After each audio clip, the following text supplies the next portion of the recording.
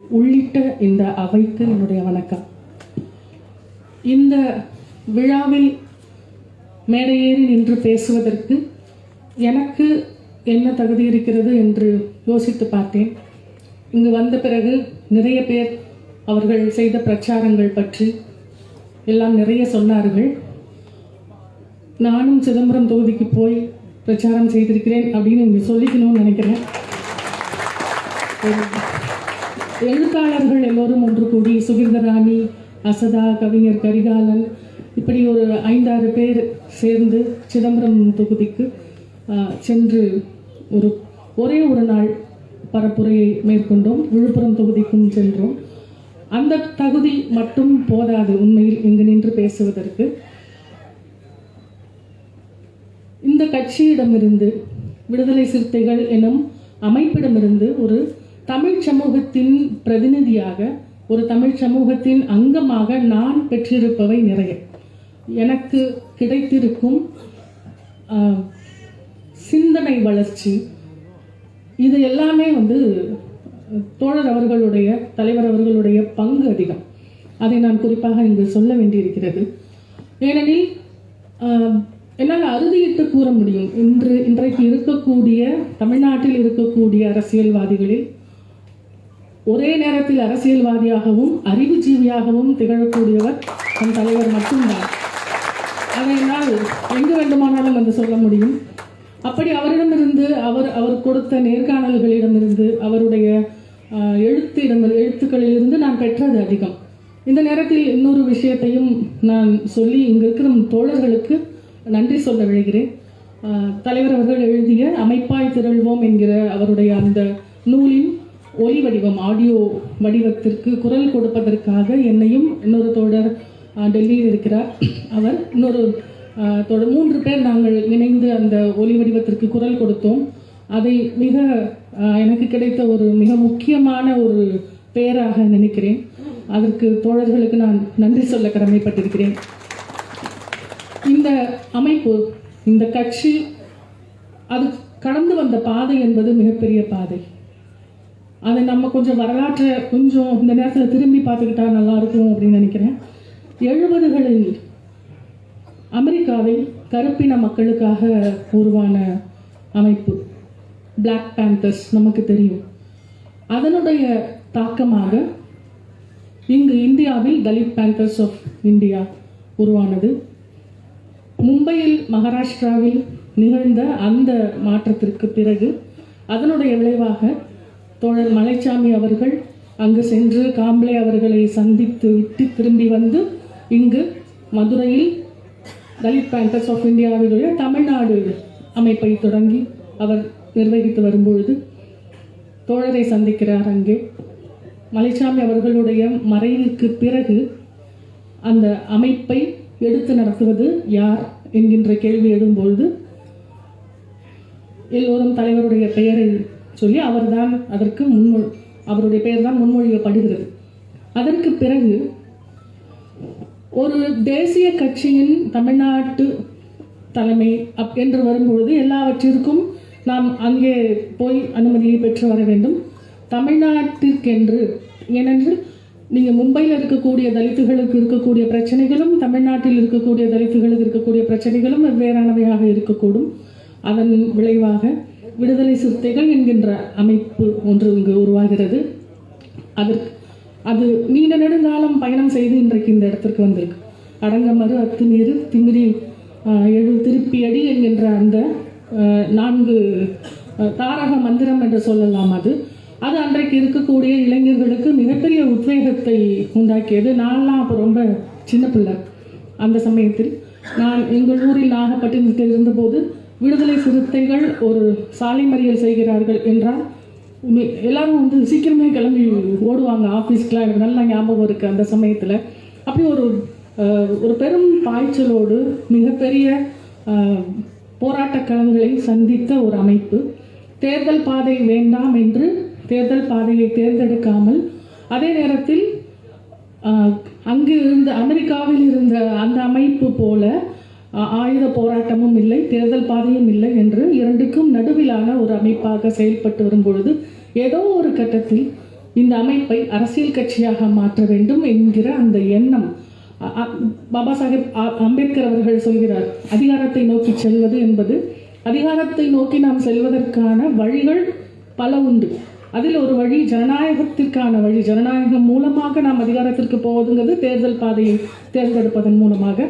அந்த முடிவுக்கு கட்சி வந்து அங்கு தோழர் அவர்கள் அதை மிகச் சிறப்பாக வழி நடத்தி இவ்வளவு பேரை திரட்டி தொண்டர் பலத்தை அதிகமாக்கி அவர் செய்திருக்கும் சாதனை தான் இன்றைக்கு இங்கு வந்து தேர்தல் சின்னமாக நம்மிடையே இருக்கிறது.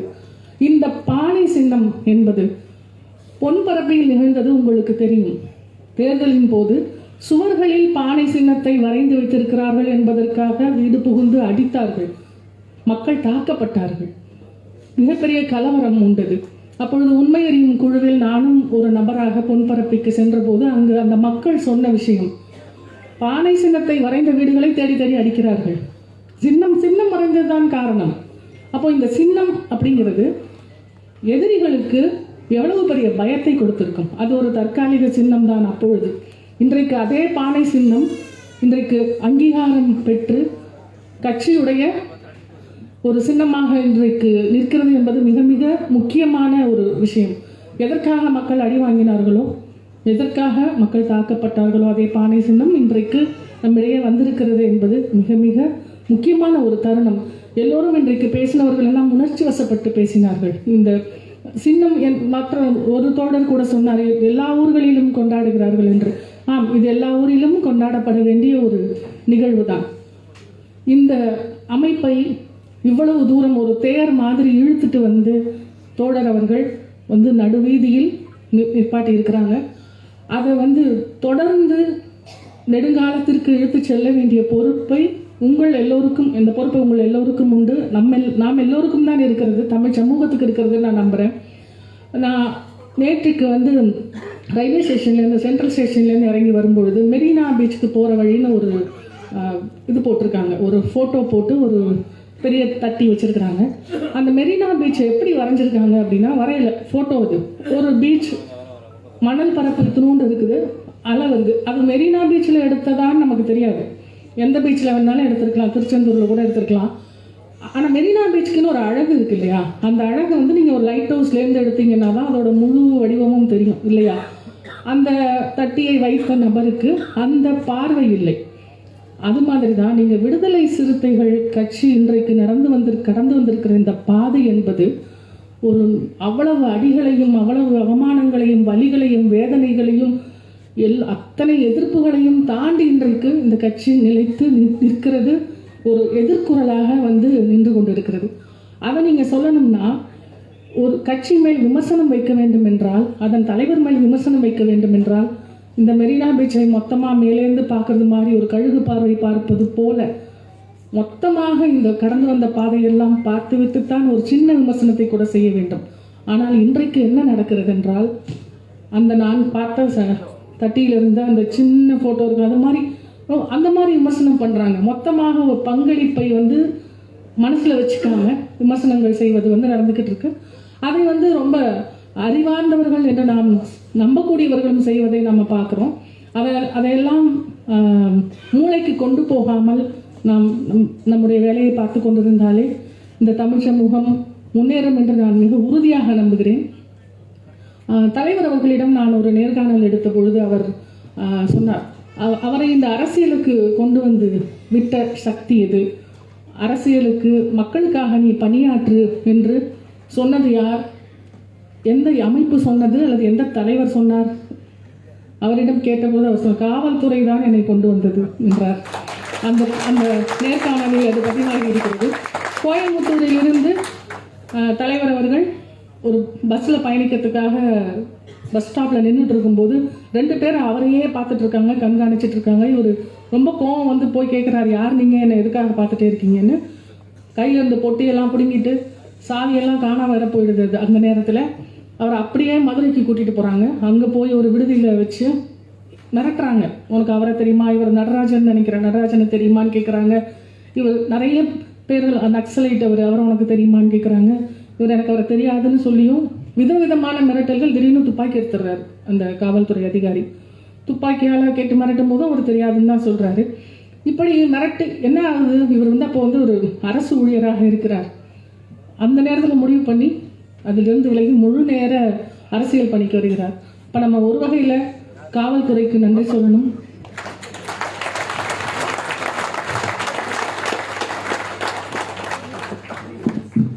என் ஊர் அப்படின்னு ஒரு தொடர் ஒன்று விகடனில் வந்துச்சு. அதில் பெரிய பெரிய தலைவர்கள்ட்ட அவங்க உங்கள் ஊரை பற்றி போய் கேட்போம், உங்கள் ஊரை பற்றி சொல்லுங்கள் அப்படின்னு. அப்போது தோழர்கிட்ட வந்து அங்கனூர் பற்றி கேட்கும்பொழுது அவர் சொன்னார், நமக்கு எப்படிப்பட்ட தலைவர் இருக்கிறார் என்பதை சொல்வதற்காக நான் இதை சொல்கிறேன். மின்சாரம் இல்லாத ஒரு காலகட்டம். அப்பொழுது வயல் வேலைக்கு செய்பவரெல்லாம் திரும்ப வீட்டுக்கு வந்த பிறகு ஒரு பெரிய டயரை வந்து கட்டி எரிச்சு விடுவாங்களாம் அவங்களோட தெருவில். அந்த வெளிச்சத்தில் அத்தனை பேரும் சமைச்சிருவாங்க. அது எரிஞ்சு முடிக்கிறதுக்குள்ளே சமைச்சு சாப்பிட்டுட்டு படுத்துடணும். அப்படியான ஒரு ஊர். அந்த மாதிரி ஒரு வறுமை பிடியில் இருக்கிற ஒரு இடத்திலிருந்து இன்றைக்கு இவ்வளவு பெரிய அரசியல் தலைவராக அவர் உருவாகி இருக்கிறார். இந்த இயக்கத்தை கட்டி காப்பாற்றி இருக்கிறார் நினைக்கும் பொழுது உண்மையில் மனம் வந்து அவ்வளவு நெகிழ்கிறது, அவ்வளோ நெகிழ்ச்சியாக இருக்குது. நான் இன்றைக்கு இந்த ஹாலுக்குள்ளே வர்றதுக்கு முன்னாடி கூட வந்து நான் வேறு மாதிரி ஏதோ ரொம்ப வரலாறுலாம் யோசிச்சுட்டு வந்தேன், அது பேசணும் இது பேசணும் அப்படின்னு. ஆனால் இன்றைக்கு இங்கே இருக்கக்கூடிய தம்பிகள் பேசின பேச்சையெல்லாம் கேட்கும்பொழுது அந்த நிகழ்ச்சி வந்து என்னை அப்படியான ஒரு அப்படி என்ன வரலாறுலாம் வந்து நம்ம குறைச்சிக்கலாம், நமக்கு வந்து என்ன பேசணுமோ அதை பேசுவோம் அப்படின்னு தான் எனக்கு தோணுது. முக்கியமாக வந்து ஒன்று சொல்லணும், ஒரு தலைவரை பார்த்து, ஒரு அரசியல் கட்சியின் தலைவரை பார்த்து வந்து மற்ற ஊர்லலாம் நடக்குமான்னு தெரியல, அந்த குட்டி பொண்ணு வந்தால் அங்கே வந்துட்டு பின்னாடி காதுகிட்ட வந்து அங்கிள் அப்படின்னு கூப்பிட்டுச்சு. நான் வந்து திரும்பி பார்த்தேன் என்னென்னு. நான் வந்து ஒரு பாட்டு பாடணும், நீங்கள் வர்றதுக்கு முன்னாடி 2 பாட்டு பாடிட்டேன், உங்களுக்கு முன்னாடி நான் பாடணும் அப்படின்னு. அதான் நீ பாடிட்டீலம்மா, அப்புறம் என்ன பண்ணணும், இல்லை நான் உங்களுக்கு முன்னாடி பாடணும் அப்படின்னு. எனக்கு தெரிஞ்சு இது வேறு எந்த மேடையிலையுமே நடக்காதுங்க, எங்கேயுமே நடக்காது. அது வந்து பாடணும் கேட்டு வந்து பிடிவாதமாக பாடிட்டு போயிடுச்சு. அவருடைய பலமும் இந்த அன்பு தான், பலவீனமும் இந்த அன்பு தான். அது வந்து நான் அக்கா பானுமதி அவர்கள் மறைந்த பொழுது நடந்த அஞ்சலி கூட்டத்தில், அது இணைய வழி கூட்டமாக நடந்தது. அப்பொழுதும் நான் ஒரு கோரிக்கை வைத்தேன். அதில் எத்தனை பேர் நீங்களாம் பார்த்தீங்கன்னு தெரியல. ஒரு அரசியல் கட்சி தலைவருக்கு வந்து ப்ரைவசின்றது கொஞ்சம் வேணும். முக்கியமாக நான் அதை இந்த கூட்டத்தில் இத்தனை பேருக்கு முன்னாடி நான் அதை சொல்லணும்னு நினைக்கிறேன். எப்பொழுது அவரை பேட்டிக்காக பார்க்க வந்தாலும் அல்லது அமைப்பு விஷயமாக ஏதாவது உதவிக்காக எதற்காக அவரை பார்க்க வந்தாலும் அவர் எப்பவுமே ஒரு 100 பேர் இருக்காங்க. அது ரொம்ப சந்தோஷமாக தான் இருக்குது பார்க்கறதுக்கு. இவ்வளவு மக்களோடு நிற்கிற ஒரு தலைவர் வந்து நம்ம இன்னைக்கு பார்க்கவே முடியாது. அப்படிதான் அவர் இருக்கிறார். அவருக்கு அது பிடிக்கவும் செய்யுது போல. நாங்கள் உட்காந்து பேசிட்டு வேற இருந்தோம். அவருக்கு அப்படி இல்லாட்டியும் அவர் வந்து கஷ்டப்படுவார் போல. ஆனால் என்னன்னா அவருடைய உடல்நிலை இருக்கு, அவருடைய மனநிலை இருக்கு. தொடர்ச்சியாக நிகழ்ச்சிகள் இப்போ இது மாதிரி மேடைகள்னா கூட பரவாயில்ல. நான் வந்து ரொம்ப அதிகமாக பேசுகிறேன், நீங்கள் நினைக்க வேணாம். உங்கள் மேலே உள்ள அன்புலையும் தலைவர் மேலே உள்ள அன்புலையும் தான் நான் இதை சொல்கிறேன். இந்த காது குத்து விழாக்கள், பிறந்தநாள் விழாக்கள், புதுமனை புகு விழாக்கள்லாம் வந்து நம்ம கொஞ்சம் அவரை எல்லா இடத்துக்கும் அதுக்கு கூப்பிட்றதை தவிர்த்துக்கலாமோன்னு தோணுது. இது என்னோட கோரிக்கையாக கேட்குறேன்.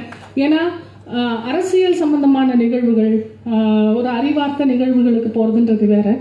இது வந்து அவர் மேலே உள்ள அன்பில் தான் எல்லாருமே கூப்பிடுறாங்க. அது நல்லா புரியுது. அதனால தான் அவரும் போகிறாரு. அவர் வந்து மறுக்கவே மாட்டேங்கிறாரு இல்லையா? நீங்கள் மறுக்கவே மாட்டீங்க, போக மாட்டேன்னு சொல்ல மாட்டீங்க. அதனால நம்ம கூப்பிட்டுட்டே இருக்கோம் அவரை. அவருடைய உடல்நிலைன்னு ஒன்று இருக்குது. அந்த உடல்நிலையை கருத்தில் கொண்டு, அவருடைய மனநிலையை கருத்தில் கொண்டு அவர் எந்த விஷயத்தில் கான்சென்ட்ரேட் பண்ணணுமோ அதில் அவரை கான்சென்ட்ரேட் பண்ண விடுறதுக்கு நம்ம தான் அவருக்கு உதவணும் அப்படின்னு தோணுது. இதை நான் அந்த கூட்டத்துலேயும் கோரிக்கையாக வச்சேன்.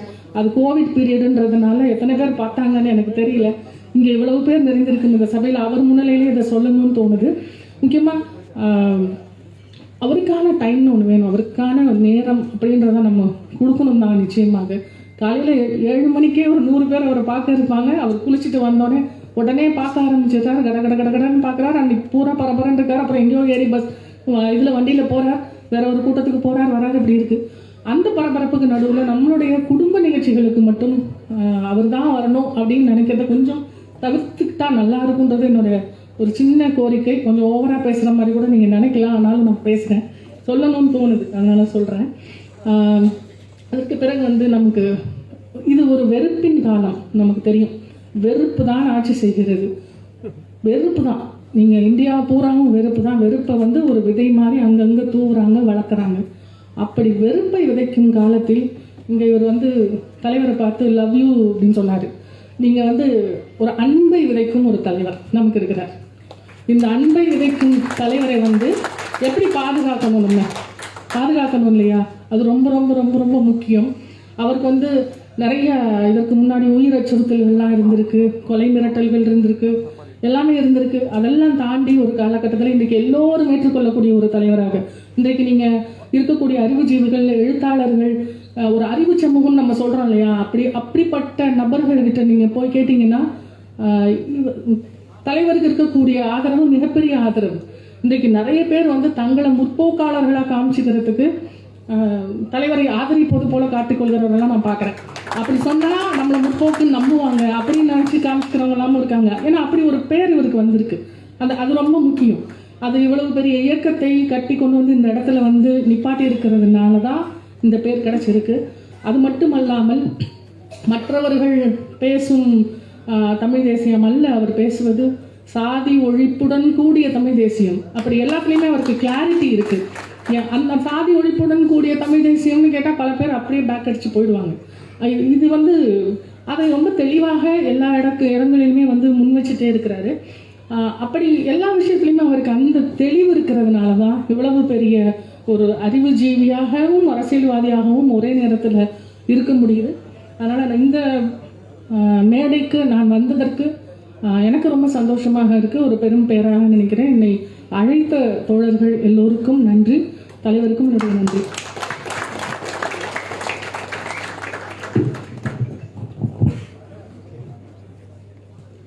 தலைவரின் சித்தாந்தங்களை தெளிவாக உள்வாங்கி இந்நேரத்திலே வாழ்த்துரை வழங்கிய தோழர் கவின்